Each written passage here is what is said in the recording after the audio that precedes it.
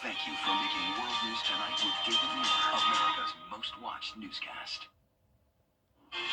Today was nice and warm, but also dry. We're keeping the warm temperatures over the next couple of days, but we're also going to add in some rain, followed by a big cool down. I'll have all the details on the forecast coming up. Right now on News Channel 6 at 7, a child shot in Aiken County. The latest on the investigation and the child's condition. Also ahead, a local Girl Scout camp damaged by Helene. What you can do to help out. And November is Lung Cancer Awareness Month. How doctors say you can limit your risk. Your News at 7 starts now. Live from Television Park, this is WJBF News Channel 6 at 7. Good evening, everyone, and happy Monday. You're watching News Channel 6 at 7. I'm Dee Griffin. Thanks so much for joining us. Coverage you can count on begins with authorities in Richmond County investigating the death of a 4-month-old, and now the child's father is facing charges. The child, identified as Aiden Wood, died last Wednesday at the hospital. According to an incident report, the child's father, Davion Wood, was with him when he stopped breathing on November 9th. Davion Wood is charged with murder and cruelty to children. We're continuing to follow this story. An investigation is underway after a child was shot in Aiken County. Authorities are calling it a tragic, isolated incident. Here's Sean Cabbage talk with the story. This case is a tragic set of circumstances, but we still have to take those steps to investigate this case. The scene on Tab Drive off of Storm Branch Road looks different now than it did early Monday morning. At around 3 a.m., deputies responded to a call about a 3-year-old who had been shot. Deputies found a young male unresponsive on the floor with an apparent gunshot wound. They also located the weapon. EMS rushed the child to the hospital where he's now in critical condition. It's unclear if the shooting was accidental. It's too early to say that. We don't want to rush any judgment. We want to make sure that we get this right. Authorities are still gathering details and talking to witnesses. They haven't shared what the witnesses said. There was no answer at the home the ambulance went to, even though a car was out front and the porch light on. No suspects are in custody. Officials believe the incident was isolated. But of course, if anybody has any information about this case or any investigation, we encourage them to give us a call. It doesn't matter how small that detail they might think it is, it could be important to any investigation. Authorities are really stressing gun safety, especially in homes with children. They say gun locks or safes are essential to prevent accidents like this. Well, time now for our first look at our weather with Chief Meteorologist Jenna Petracci. Jenna, it was a nice day and a lovely evening. Yeah, not much going on this evening, Dee. It's still some quiet weather for us. We are going to see more and more clouds move in late tonight, though, and then some fog as we go into the overnight hours. But right now on our Terry Lambert Hyundai Skyview cam in Aiken, there's definitely no rain. It was completely dry today and chilly to start our Monday with a low of 42 in Augusta. But we climbed all the way to 76 in the afternoon. That puts us 8 degrees above our average of 68. So all across the CSRA, it's at least a few degrees warmer than it was 24 hours ago. Our temperatures are in the upper 50s and low 60s, so not too cold just yet. 61 in Barnwell, 58 in Augusta, Waynesboro at 63. Crawfordville, you're at 63, 64 in Edgefield, and 59 in Aiken. The dew points are in the upper 50s, some low 60s. They're pretty much going to match the temperatures tonight, so because of that and because of the calm winds, we will have some patchy fog overnight. Winds are coming in from the south, bringing in some moisture ahead of a cold front.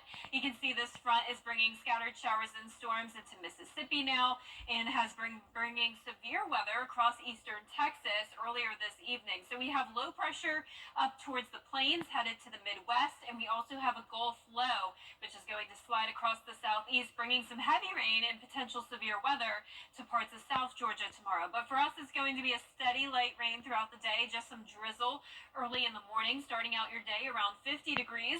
This will be a warm rain event, though, so we're still going to be seeing the 70s Tuesday and Wednesday, but then the cool air comes in behind the rain, 59 degrees with windy conditions on Thursday. I'll have a look at your full forecast coming up, but back to you, Dee. All right, thanks so much. Here's a story that's definitely near and dear to my heart. A local Girl Scout camp needs help from the community to recover from Hurricane Helene. Otherwise, there won't be summer camp next year. Out of 25 cabins, 11 were destroyed. Crews have been cleaning things up, but the camp still needs help. We're talking about Camp Tanglewood, our local Girl Scout camp. Leaders have started a GoFundMe for repair costs, and they need volunteers to help clear debris so summer camp can happen. We're going to have folks from the community come out and help move brush and just kind of clean up camp. We're trying to get camp ready for this summer for the girls to enjoy again. We have over 1,000 girls utilize this place, and we need it to be rebuilt. The campsite cleanup will be December 7th at 4687 Columbia Road. Camp leaders are asking anyone who is able to join, and my sister and I spent many summers at Camp Tanglewood as Girl Scouts growing up, so please help. Well, we're always hearing about new ways technology is changing our lives, and now students at the University of South Carolina are seeing it firsthand. State reporter Carolina Yaffe has more. Meet Robot 6E710. Its job is to deliver students food right to them. All you have to do is open it up and enjoy. In February 2024, the University of South Carolina welcomed the Grubhub Starship delivery robots to campus. USC students can order food through the Grubhub app and can select the robot as their delivery mode.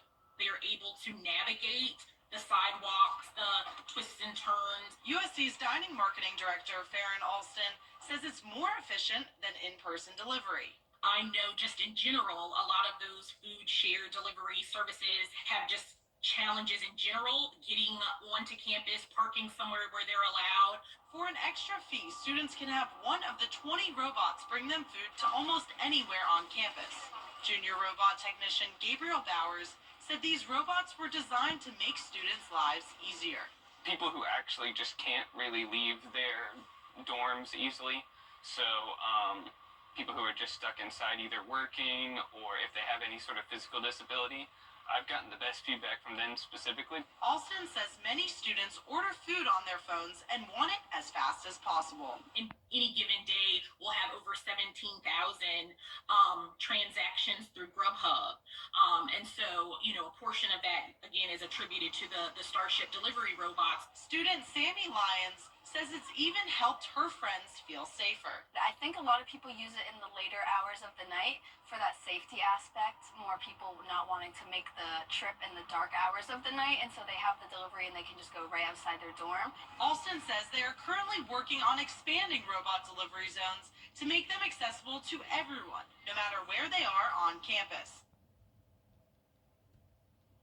November is Lung Cancer Awareness Month, and in the United States, it's the leading cause of cancer-related deaths. Exposure to things like tobacco, smoke, and secondhand smoke are some of the most obvious causes for lung cancer. But in the workspace, things like radon, a type of radioactive gas resulting from the breakdown of uranium rock, and asbestos can be found in mills, mines, and textile plants, and they can put you at risk. While there are some risk factors you cannot change, healthcare professionals say there are some you can. 50% of people diagnosed with lung cancer already have stage 4 disease, so that's the most advanced that lung cancer can be, or any cancer for that matter. And one of the main reasons that is that we're catching these cancers at later stages rather than diagnosing them early. So one of the main things we can do to help save lives and improve outcomes in lung cancer is appropriate lung cancer screening. Doctors say you can speak with your primary care physician about a referral to Doctors Hospital for a free lung screening. Well, coming up, President-elect Trump appears to be ready to Expect cloud cover early tomorrow morning with some patchy fog, and also some light rain is on the way. We'll stay warm for now, but after the rain moves through, we'll have a big drop in temperatures. I'll have your full forecast when we return.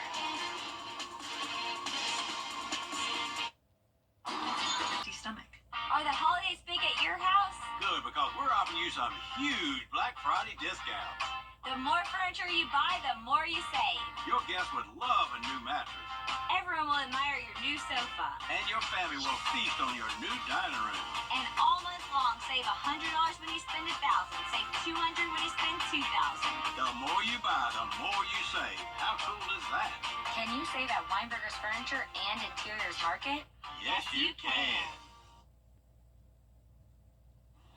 Now, your most accurate forecast with WJBF Live Viper 6. Welcome back, and thank you for joining us on this Monday evening. I hope you enjoyed the warm temperatures today. We were definitely well above average, made it into the mid-70s, but right now on our Terry Lambert Hyundai Skyview cam, it's a quiet night. Temperatures are going to be cool tonight, but not as cold as they could be. We're sitting at 58 degrees, winds are calm, dew point of 56, mostly low 60s still, 61 in Gibson, 63 in Sandersville, Saluda, you're at 62, and we have 59 in Aiken, one of our cooler spots, also 58 in Sylvania. Some high-level clouds passing by, but not much cloud cover currently across the two-state. We're watching all this rain, though, along a cold front. That's to the west of us still. Low pressure as well, headed up towards the Midwest, and then we'll have this Gulf low develop along the Gulf Coast, bringing a surge of moisture to the southeast tomorrow. So for us, we're going to see drizzle early on, then steady light rain throughout the day. Temperatures starting out around 50 degrees, making it back to around 70 tomorrow afternoon. So unlike what we had last week, this is going to be a warm rain event, but then it will be followed by the cooler air with sunshine once the cold front comes through. Tonight at 10 o'clock, you can see some clouds taking over, patchy fog tomorrow morning as well. Not much rain you have to worry about when you're headed out the door. It will be very light, but then as we go into the afternoon, it will be more widespread and steady light rain. And then as you look down towards the south of us, from Macon down to the Florida Panhandle, that's where there will be some heavier downpours and even the chance of severe weather. That's exactly where that low will be coming through. For us, though, Wednesday morning, we'll have the final portion of this cold front across the area. That could trigger a few isolated storms early Wednesday morning, and you'll see that here in a moment. So let's bring it closer to home tomorrow at 4 a.m. Starting out dry, just some drizzle possible through the 8 o'clock hour. As we go through time here, you can see it becomes more steady and widespread across the CSRA, so everyone getting at least a little bit of rain tomorrow. It continues into the overnight hours, scattered activity. This is 5 o'clock Wednesday morning. Places like Edgefield, Aiken County will have to watch for an isolated strong to severe storm, and all of that activity then moves into the Midlands. We'll be left with clearing skies the rest of the day. So it's been a very long time since I've had to show a Storm Prediction Center outlook, but Saluda, Edgefield, Aiken, and a small portion of Barnwell County included under a marginal risk for early Wednesday morning. It's in and out, though, no major concerns there. We also don't have any concerns with flooding. Rainfall totals mostly around a quarter of an inch to half an inch by the time this is done. We'll also have that big cool down starting on Thursday, so going from 75 to 59. Cooler temperatures will continue into the weekend, with the lows dropping all the way down into the mid-30s by Friday morning, and that will continue into our weekend mornings as well. Now, the temperatures will rebound next week as we head towards Thanksgiving. We're going to be back to above average temperatures, but I do think we're done with the 80-degree weather for the rest of this season. On average, the last 80-degree day happens today, November 18th. This year, it looks like it was on November 6th. That's when we had our high of 82 degrees. Lows tonight in the upper 40s to low 50s. Highs tomorrow will be in the upper 60s to low 70s. And here's a look at your 10-day forecast. Once the rain comes through on Wednesday, we'll be left with sunny and breezy conditions Thursday and Friday with the cooler temperatures. Low of only 35 going into our Saturday morning. But back to the 70s next week with the chance of rain on Thanksgiving. The roller coaster continues. Yeah, crazy week here weather-wise. Yes. All right, thanks so much. Well, the CSRA is no stranger to fog, especially this time of year. How does it form? I was talking with my son and two wonderful young ladies I take to school in the morning. We saw all of the fog this morning, and it was bad. Yeah, lots of fog this time of the year. We have another chance of it tomorrow. So here's meteorologist Miller Hyatt. He's going to break down the process in this week's edition of Beyond the Forecast. Hello everyone, meteorologist Miller Hyatt here with a look at fog formation in our area. So we have three main types of fog in the CSRA. One, radiation fog, which is the most common, especially during the cooler months like we're in right now. And then two, precipitation fog, and three, advection fog. So here's the setup of radiation fog. This occurs when we have radiational cooling, as we have the heat absorbed at the surface being released back into the air as we have clear skies and calm winds. And we have a thin layer of moisture developing under that drier layer of air, and that layer of moisture becomes saturated as we have the temperature equaling the dew point, and that means we have fog forming at the surface. Second, we have precipitation fog, is when we have a warm layer of air pushing over a cool dry layer, and we have rain coming down, and those raindrops start to warm but eventually we see the cool down near the surface as our temperature reaches the dew point, and that means saturation occurs and the air can't hold as much water, so eventually we have a condensation, which leads to fog forming. And last but not least, advection fog. This occurs when we have wind flow over a cool, dry layer of air along with a warm, moist air layer over that cool air, and the warm air cools down even more, and then that leads to saturation along the surface with fog forming. So those are the three main types of fog. I'll have more details on my weather blog on WJBF.com/weather. Buying easy. Get clear, accurate stories that don't waste your time at WJBF.com. The WJBF Live Viper 6 Skyview Network is sponsored by Terry Lambert Hyundai. Low prices, big selection, and committed to quality customer service. If you're heading out of town for Thanksgiving, experts say to be prepared for congested roads and busy airports. A record number of Americans are expected to travel over Thanksgiving this year. That's according to AAA. Serene Shaw has more on what to expect. Thanksgiving is always a popular time to travel, but this year may see the most travelers yet. AAA projecting nearly 80 million Americans will travel 50 miles or more between Tuesday, November 26th and Monday, December 2nd. It is going to set records.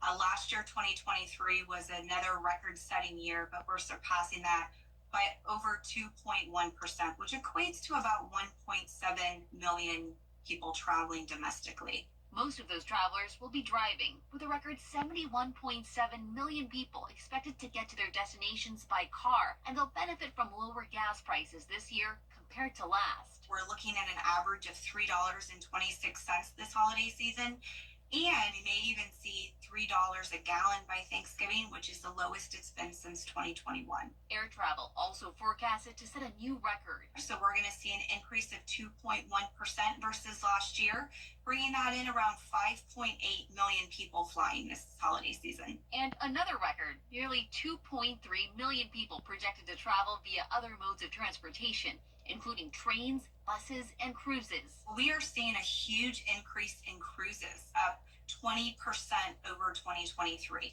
And a lot of that has to do with the fact that cruises were really the last ones to start back up post-COVID. If you'll be hitting the road for Thanksgiving, the day before Thanksgiving is expected to be the busiest day to head out. Anytime you can leave on Thanksgiving itself and start early in the morning and get to your destination, that is when you're going to find the optimal time to be on the road. When coming home, Sunday evening is expected to be the busiest. If you're renting a car, experts say to reserve ahead of time and arrive early to pick it up. There may be long lines. And if you're flying, download the airline's app to check your flight status before heading to the airport. Reserve parking in advance and get there early to account for longer lines at security. Zoreen Shah, ABC News, Los Angeles. It's the one thing injured people. CableTV.com, an online platform that provides cable information, news, and customer discount access, is looking to fill its chief of cheer position. The winning applicant will get paid $2,500 to watch 25 holiday movies within 25 days, and they'll also receive year-round subscriptions to Prime Video, Netflix, Max, Hulu, and others. Applications must be submitted online by 11:50 p.m. on November 29th. The winner will be announced December 5th.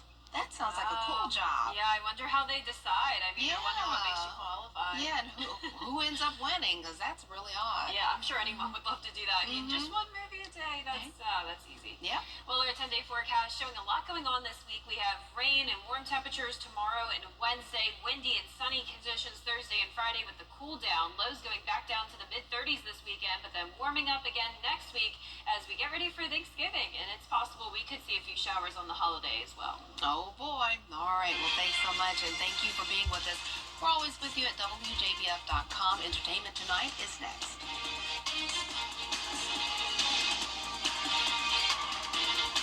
The people of the CSRA count on us after an accident because they know about our skill in the courtroom, how we treat clients like family, how we love this community. Call me, the Augusta guy. Lose yourself in